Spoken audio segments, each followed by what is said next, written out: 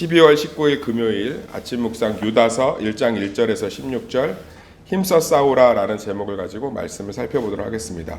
신약 성경의 한 장짜리 성경이죠. 유다서. 유다서니까 누가 썼겠어요? 유다가 썼겠지요. 보편적인 그리스도인들을 향해서 쓴 편지예요. 근데 아마 이 유다가 누구냐면 예수님의 친동생이에요. 처음에 예수님을 안 믿었어요. 친동생이 어떻게 자기 형이 하나님이라고 믿었겠어요? 매일 구슬치기 하고 딱지치기 하고 놀았을 텐데, 그리고 아버지 요셉 돌아가시고 목수일하면서 가족들 먹여 살린 걸 봤는데 어느 날 갑자기 30살에 나 하나님이야 이러면 믿어지겠어요? 그런데 놀라운 것은 그 친동생 유다가 예수님을 하나님으로 믿었다는 거예요. 그러면 그분의 삶 자체가 온전히 이 하나님의 뜻 가운데 순종하는 것들을 봤다는 거죠. 그래서 오늘도 보면 하나님, 예수님의 친동생인데 육적으로는, 그런데 자기를 1절에 보면 예수 그리스도의 종 이렇게 표현하고 있습니다. 그러니까 그가 명확하게 표현하고 있는 거예요. 예수님은 하나님이시다. 그러면서 원래는 이 3절에 보면 사랑하는 자들아 우리가 일반으로 받은 구원에 관하여 내가 너에게 편지하는 생각이 간절하던 차에, 그러니까 원래는 구원에 대한 교리적 편지를 좀 쓰려고 했던 것 같아요. 이제 자기도 이제 뭐 순교하고 뭐 죽고 이런 날이 얼마 안 남았으니까 좀 편지를 써서 예수님에게 가르침 받았던 구원에 대해서 쓰려고 했는데 너무 가슴 아픈 소식이 들려오는 거예요. 그게 뭐냐면 영지주의자들이 교회를 너무나 혼란스럽게 하고 있었습니다. 이 영지주의가 뭐냐면 그걸 이해해야 유다서를 이해할 수 있어요. 저는 좀 청년 때부터 유다서를 되게 좋아했거든요. 왜냐하면 유다서의 내용을 깊이 알아서 좋아한 게 아니라 여기 보면 모세의 시체 무덤이 없잖아요. 그 위대한 지도자가. 그 이유도 나와 있고 루시퍼하고 미카엘하고 막 싸우고 에녹서도 다루고 있고 신비한 이야기가 되게 많아요. 연옥에 관련된 흔적들도 좀 있고, 연옥이 있다는 게 아니라, 이제 설명을 또 해드릴게요. 그래서 유다서 자체가 되게 좀 신비한 표현들이 많아요. 왜 그러냐면 유대인들의 구전을 좀 많이 이용했거든요, 유다가. 그래서 재미가 있었는데 실제로 이제 깊게 보면 유다서는 영지주의자들 때문에 교회가 너무 아파서 그거에 대한 펜을 들은 거예요. 잘 정리하세요. 이 아침에 유다서는 처음엔 예수님의 구원에 대한 보편적인 얘기를 쓰려고 했는데 소문이 들려온 거죠. 교회가 영지주의자들 때문에 되게 힘들다. 그럼 이 영지주의가 뭔지를 알아야 유다서에 있는 내용을 우리 삶에 적용할 거 아니에요. 영지주의자들이 뭐냐면 이 초대교회 당시에 성경이 없었어요. 성경이 있었어요, 없었어요? 구약 성경밖에 없지 이렇게 완성된 성경이 없잖아요. 그러니까 하나님께서 어떻게 은혜를 주시고 말씀을 주셨냐면 몇몇 사람들이 방언이 터져요. 그러니까 지금은 담임 목사가 설교를 하잖아요. 무엇을 가지고? 성경을 가지고. 근데 그때는 주어진 책이 없으니까 갑자기 이제 새벽 예배 이렇게 모이면 한 사람이 방언이 터져요. 그런데 이 방언이 한 사람에게만 터지면 저게 뭐야 이렇게 생각할 수 있지만 세네 사람이 동시에 똑같은 말을 해요. 그리고 지금처럼 중언부언한 방언이 아니에요. 알랄랄랄랄랄랄랄랄랄 셜랄랄라 뭐 이런 게 아니라 명확한 그 논조의 하나님의 방언들이에요. 제가 예전에 그 흑인들이 집회하는 영상을 본 적이 있어요. 거기서 흑인들이 방언을 받았는데 익숙한 말이 들려와요. 그게 뭐냐면 한국어 방언을 받은 거죠. 그래서 굉장히 유심히 들어봤어요. 별 얘기 없어요. 하나님 사랑해요. 하나님 말씀은 진리예요. 하나님은 삼위로 존재하십니다. 근데 걔네들 입장에서 뭐예요? 방언이죠. 하나님은 삼위로 존재하십니다. 삼위로 존재하십니다. 삼위로 존재하십니다. 뭐 이러면 아프리카 사람들 보기에 엄청난 방언이 터진 것 같은 거예요. 그러니까 사실은 굉장히 성경의 진리들을 그냥 반복하는 수준인데 그때 방언이 좀 특별했어요. 예언은. 똑같은 말을 하는 거예요. 그러면 그걸 인치는 사람들이 있습니다. 그 사람들이 듣고 저것은 성령이 주시는 예언이 맞아, 방언이 맞아라고 인치면 그 말씀의 내용을 갖고 설교하고 묵상하는 거예요. 뭐가 없으니까? 성경이 없으니까. 그러니까 성경이 없으니까 성령이 직접 오셔서 설교하시는 상황인 거예요. 그런데 이 예언을 주로 받는 사람들이 몇 명 고정화되겠죠. 근데 그런 사람들이 목에 뭐가 들어가요? 힘이 들어가기 시작해요. 사람이 그래요. 그래서 책으로 성경을 주신 거예요. 사람이 하나님의 온전한 은혜를 받을 만한 그릇들이 안 됩니다. 그래서 종이에 하나님의 말씀을 주신 거예요. 종이는 변할 리가 없으니까. 그러니까 이 사람들이 영지, 따라합시다. 영지. 버섯이 아니고 영적인 지식이라는 말의 줄임말이에요. 우리는 니네들과 다르게 영적인 사람들이야. 그래서 교만해지기 시작했고 분파를 만들기 시작했어요. 그러니까 특별하잖아. 우리는 어떤 영적인 신비로운 걸 특별하다고 여기는 굉장히 잘못된 생각이 있습니다. 제가 하나 질문할게요. 눈에 보이는 귀신보다요, 나를 위로하면서 예배를 쉬라고 하는 영이 더 무서운 귀신이에요. 하와 곁에 나타난 옛뱀이 최고의 사단인 줄 믿습니다. 근데 그가 하와를 무섭게 했어요? 놀래켰어요? 뱀이 나타나면 안 놀래시겠어요? 사사사사사사사사사 선악과를 보아라 이러면 넘어가겠어요? 사단인 게 티가 나는데 얼마나 친근해요. 외롭니? 아담은 어디 갔니? 하나님이 정말 먹지 말라고 그랬어? 친구처럼 보기만 해봐. 제가 또 하나 질문할게요. 방언을 받는 것보다 시편의 말씀이 위로가 되는 게 더 큰 하나님의 역사 아니에요? 저는 어떤 신비로운 기적보다 죄인이 예수님이 물 위로 걸으신 게 믿어지는 게 더 놀라운 기적 아니에요? 저는 기적 많이 봤고요. 저를 통해서도 병이 나은 사람들이 꽤 많습니다. 제가 어제도 수요일 날 예배 때 얘기했잖아요. 기도하니까 뭐가 나갔대. 작년 2년 전인가 한예종 피아노학과에 들어가기 얼마나 힘들어요. 걔가 귀신 들려갖고 그 어머님이 전화가 왔어요. 빨리 와달라고. 골방에서 싸우고. 걔 우리 교회 제가 담임 목사 왔다고 왔잖아요. 축하한다고 목사님. 뭐 그런 일이 없겠었는데 저는 그게 하나도 신기하지 않아요. 왜냐하면 여기 죄인 김호 목사가 설교를 하게끔 하나님이 허락해 주시고 새벽에 기도할 수 있는 은혜를 주신 게 더 큰 기적인 줄 믿습니다. 그러니까 영적으로 뭔가 특별하면 굉장히 특별하다고 생각하는 게 있다고. 왜? 나와 다르니까. 그래서 초대교회가 두 가지로 힘들었어요. 율법주의자하고 영지주의자들. 율법주의자들은 특별한 행동이에요. 나는 4시간 이상 기도하는데. 영지주의자들은 나는 뭔가 신비한 것들을 경험하는 사람들이야. 이런 사람들이 제일 문제예요. 그래서 어떻게 해요? 이 사람들이 논리를 피기 시작하는 거예요. 우리는 특별하기 때문에 맘대로 해도 돼. 그래서 음란한 짓, 거짓말, 모든 짓을 해요. 왜? 자기네는 영적으로 특별한 사람들이기 때문에. 그러니까 이제 사람들이 그 무리에 끼고 싶겠죠. 나도 어제 방언 터졌어. 나도 어제 뭐 했어. 나도 뭐 신비한 경험했어. 해봐. 그래, 그럼 너도 영지주의로 들어와. 야, 너도 이제 특별하니까 마음껏 살아도 돼. 너 특별하니까. 이거에 대해서 유다가 이제 펜을 들기 시작한 거예요. 그 내용이에요. 사랑하는 성도님들, 그래서 유다가 기가 막힌 논지를 핍니다. 기가 막힌 논지를 펴요. 여기 보면 5절 한번 볼까요? 5절 시작. 너희가 본래 모든 사실을 알고 있으나 내가 너희로 다시 생각나게 하고자. 절박함이 느껴지죠? 주께서 백성을 애굽에서 구원하여 내시고 후에 믿지 않은 자들을 멸하셨으며. 여기 보면 애굽 백성들, 이스라엘 백성을 구원하실 때 하나님의 백성들을 먼저 구원하고 나서 애굽을 치셨죠. 그죠? 그러니까 6월절을 보면 문설주에 피를 받는 이스라엘 백성들은 뭐예요? 믿는 자들은 먼저 구원하시고 치셨잖아. 그러니까 방언이 터지든, 전 방언 저도 합니다. 방언이 터지든 뭐 신비로운 경험을 하든 우선은 뭐예요? 예수님 믿음을 주셨기 때문에 이게 가능한 거지. 그러니까 본질이 뭐예요? 믿음이 최고라는 거예요. 믿음이. 하나님 말씀을 믿고 그것을 날마다 적용하는 것이 진짜 영적인 지혜인 줄 믿습니다. 믿음. 무슨 신비로운 게 아니라 정말 하나님 말씀을 믿음. 제가 설명드릴게요. 누가 뭘 맞춰. 목사가 막 기도하다가 엊그제 죄졌구만. 이런 막 가슴이 떨려. 그게 믿음이에요? 아니면 예수님이 십자가에서 나를 죽으실 만큼 내 삶을 사랑한다는 사실이 믿어지는 게 믿음이에요.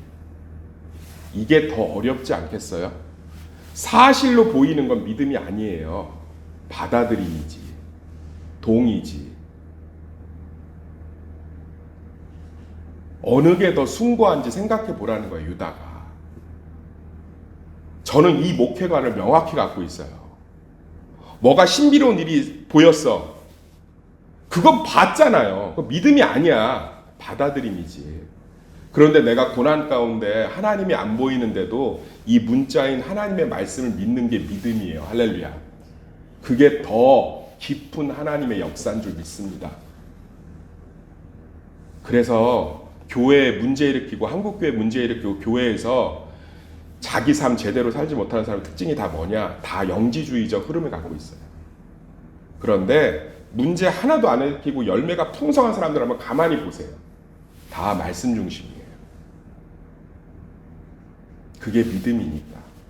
자, 보이는 걸 믿는다고 얘기하지 않죠. 자, 이게 찬송가예요. 이게 믿음이에요? 받아들임이에요? 받아들임이죠. 이건 찬송가죠. 보이잖아요. 그런데 예수 그리스도가 나를 십자가에 죽기까지 지금도 사랑하고 계십니다. 내 모든 문제가 예수 안에 있는 줄 믿습니다. 이건 보이지 않아요. 이게 믿음이라고. 이게 훨씬 더 중요하다고 얘기하고 있는 거예요. 사랑하는 성도님들, 다시 관점 잘 잡이 유다서를 통해서 내가 고난 가운데 분명한 응답이 뭡니까? 분명한 징표가 뭡니까? 나 분명한 징표를 받습니다. 믿으란 얘기예요. 그게 높은 게 아니라 믿으라고. 근데 내가 고난의 한복판에 말씀 외에는 믿을 게 없어. 뭐가 안 보여, 안 들려. 그게 훨씬 더 깊은 거 아니에요? 지금 한 5초 드릴게요. 한번 진짜 성경의 관점으로 한번 들어가서 보세요. 예수님이 믿음의 정점이고 아브라함이 믿음의 조상이죠. 아브라함이 이삭이 하나님이 약속하고 나서 바로 주셨어요. 100세 주셨어요. 근데 무엇을 하나님이 믿음으로 여기셨죠? 그렇죠. 하나님이 주실 것을 믿는 것. 근데 눈에 보이는 이삭이 있어요? 지금 없어요? 없잖아요. 그것을 의로, 가장 최고로 여기셨다는 거예요. 유대인들에게 의로움은 2025년을 살아가는 한국인들에게 로또 당첨 같은 거예요. 의로운 거, 좋은 거. 최고의 가치. 예수 그리스도가 하나님의 뜻에 위배된 적이 한 번도 없죠. 순종하셨는데 마지막까지 결과가 뭐예요? 억울하게 십자가에 달려 죽는, 세상에 볼 땐 실패자죠. 그래서 십자가를 본 사람들이 고개를 흔들면서 루저, 실패자라고 하죠. 그런데 예수 그리스도가 하나님에 대한 믿음이 결국 모든 백성을 구원하게 되잖아요.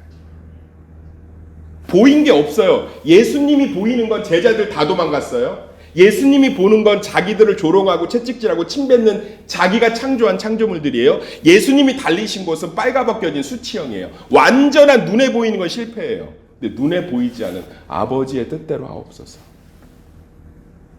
어느 게 더 위대한지 우리가 관점을 바꾸셔야 돼요.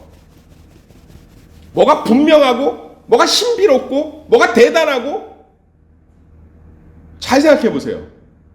그거하고 내가 하나님의 복음과 말씀을 믿고 그 좁은 길을, 그 말씀을 온전히 받아들이는 거는 훨씬 더 깊은 하나님의 믿음이에요.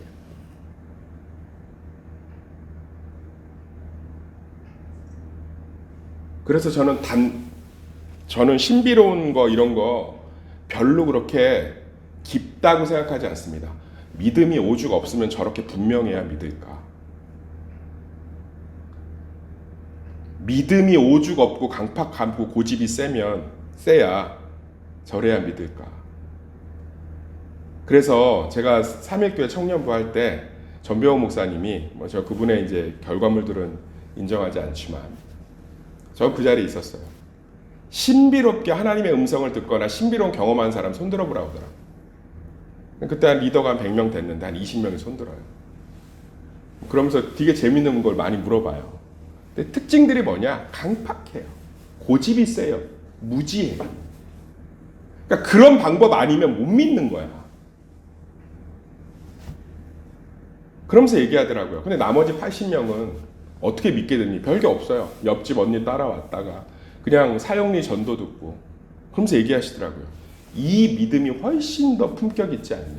깊지 않냐?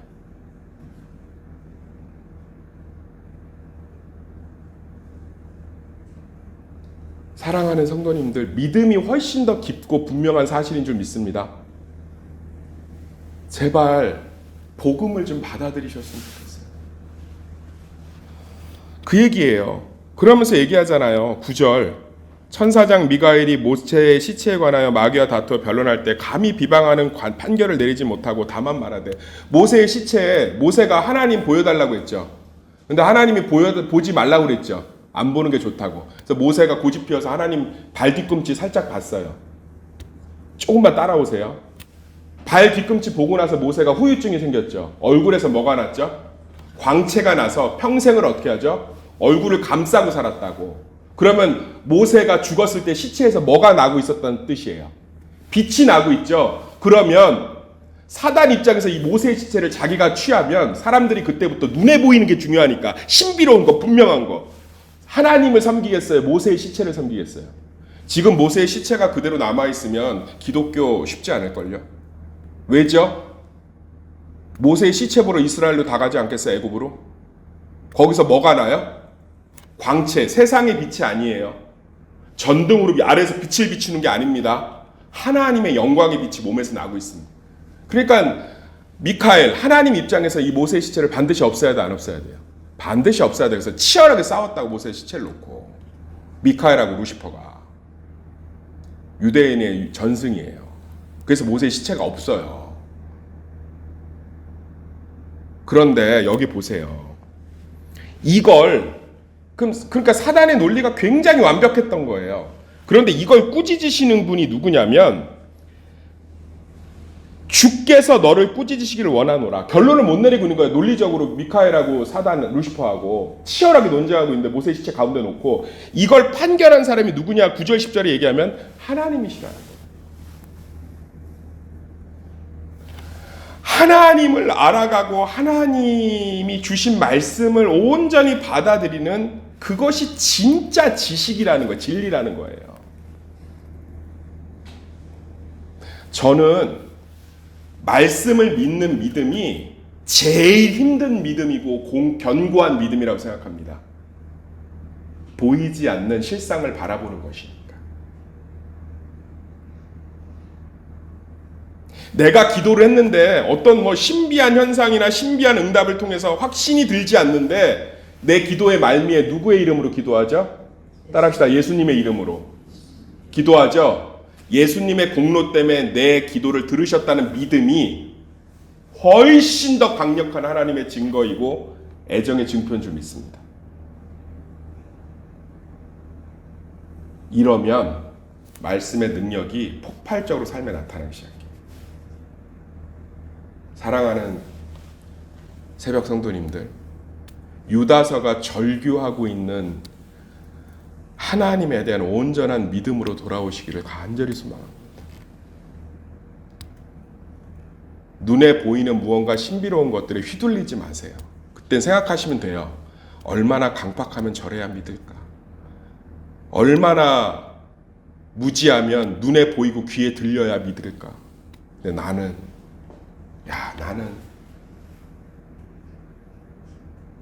하나님이 말씀에 대한 온전한 믿음을 주셨네. 그래서 하나님 말씀을 온전히 받아들이고 적용하는 거에 에너지를 쏟지 않고 쓸데없는 거 쫓아다니면 진짜 한번 보세요. 우리 인생에 한 번쯤은 이렇게 쓸데없는 거 쫓아다니잖아요. 무엇이 남았는지 보세요. 무엇이 남았는지. 선한 영향력이 남았어요. 열매가 남았어요. 자유가 남았어요. 은혜가 남았어요. 아무것도 없죠.